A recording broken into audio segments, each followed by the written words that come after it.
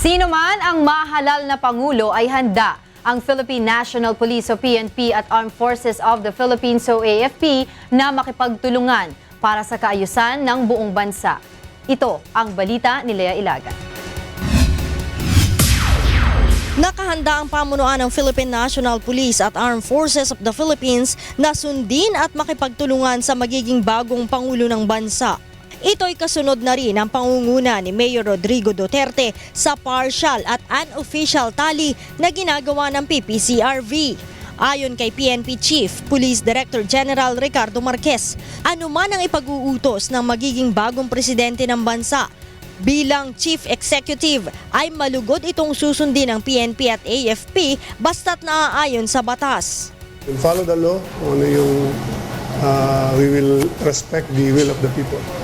Lagi naman pong handang makipagtulungan at magserbisyo ang inyong armed forces.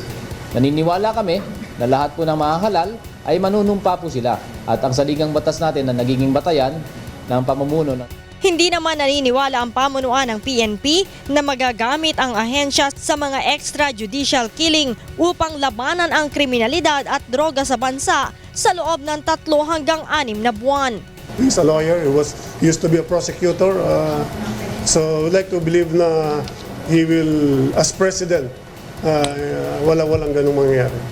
Sa halip ay kailangan nilang pagbutihin pa ang trabaho upang masolusyonan ang kriminalidad tulad ng pangako ni Mayor Duterte. Meron kaming methodology and sabi nga namin, we welcome all inputs, all suggestions kung paano pa namin malilevel up itong aming anti-crime models. Dagdag ng PNP, gagamitin pa rin nila ang one-time, big-time at Oplan Lambat Sibat na binuo ni Secretary Mar Rojas dahil naging epektibo naman ito sa paglaban sa krimen. Sa ngayon, apila ng PNP at AFP sa publiko, igalang sino man ang mananalong Pangulo dahil ito ang pinili ng sambayanan at upang matapos ng maayos ang buong proseso ng halalan sa bansa. Lea Ilagan, UNTV News, Worldwide.